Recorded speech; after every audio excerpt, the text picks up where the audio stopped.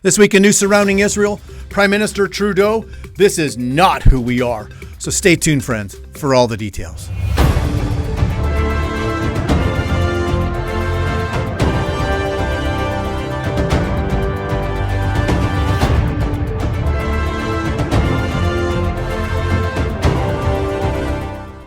Well, shalom, everyone. Welcome once again to this week's newscast. I'm Robert Gottslig, your host. And just last Thursday, November 21st, Prime Minister Trudeau in a press conference was asked the question of whether he would allow an arrest of Israeli Prime Minister Benjamin Netanyahu on Canadian soil, given that the International Criminal Court issued warrants. And Trudeau shamefully responded by saying this. Have a look. Now that the ICC has issued warrants for Prime Minister Benjamin Netanyahu and his former Defense Minister Yoav Gallant, Canadian law enforcement is obligated to arrest them should they come to Canada. Will you allow that to happen, or will you step in to prevent an arrest? First of all, as Canada has always said, it's really important that everyone abide by international law. This is something we've been calling on from the beginning of the conflict. We are one of the founding members of the International Criminal Court and International Court of Justice. We stand up for international law, and we will abide by all the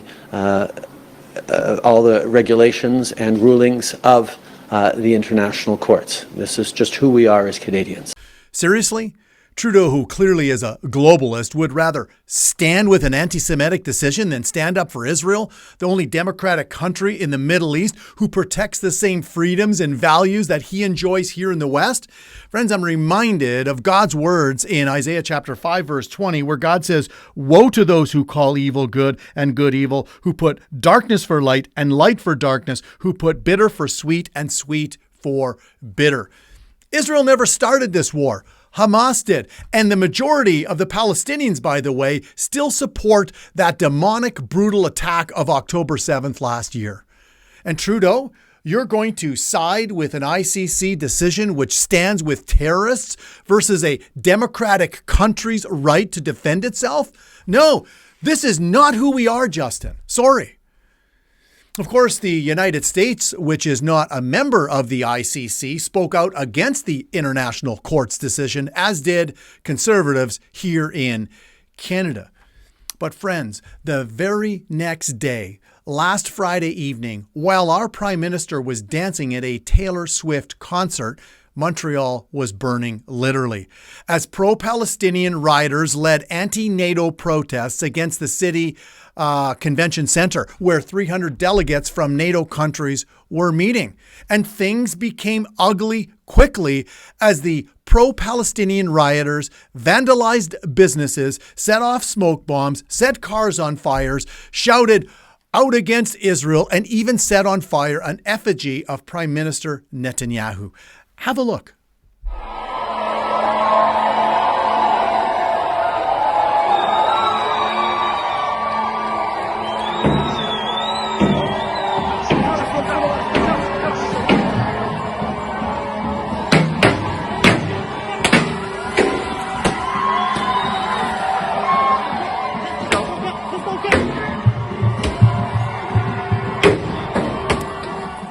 Well, Trudeau eventually condemned the riots, as did leader of the opposition, Pierre Poilievre. And this is what he said to Justin. He said, "You act surprised. We are reaping what you sowed. This is what happens when a prime minister spends 9 years pushing toxic woke identity politics, dividing and subdividing people by race, gender, vaccine status, religion, region, age, wealth, etc. On top of driving people apart, you systematically break what used to bring us together, saying Canada is a post-national state with no core identity. You erased our veterans and military, the famous five, and even Terry Fox from our passport to replace them with meaningless squirrels, snowflakes, and a drawing of yourself swimming as a boy. You opened the borders to terrorists and lawbreakers and called anyone who questioned it racist. You send out your MPs to say one thing in a mosque and the opposite in a synagogue, one thing in a mandir and the opposite in a gurdwara. You have made Canada a playground for foreign interference. You allowed Iran's Revolutionary Guard Corps terrorists to legally operate here for 4 years after they murdered 55 of our citizens in a major unprovoked attack. You passed laws that release rampant offenders from prison within hours of their 80th arrest. And what is the result?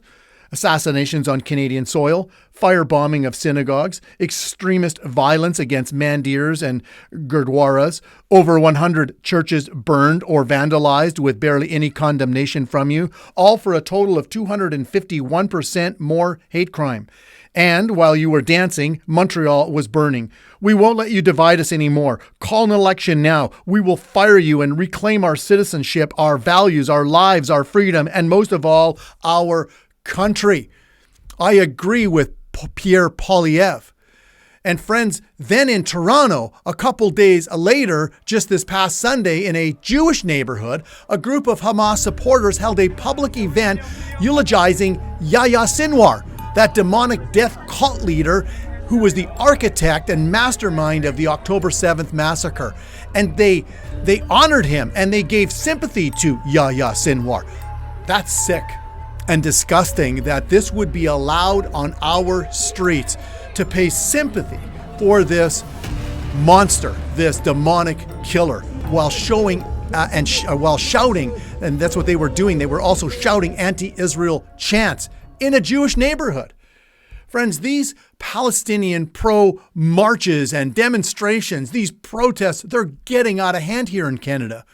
And we need our leaders to take a stand and condemn them for what they are, because they're nothing more than vile, disgusting displays of hate against Israel, the Jewish people, and really all of us here in the West. Never will you see a Canadian flag being flown in their protests. No, instead, they burn them. And are they wearing poppies and attending Remembrance Day memorials and standing with our veterans who fought for our freedoms? No, they are not. And so why then are we allowing this kind of people into our country?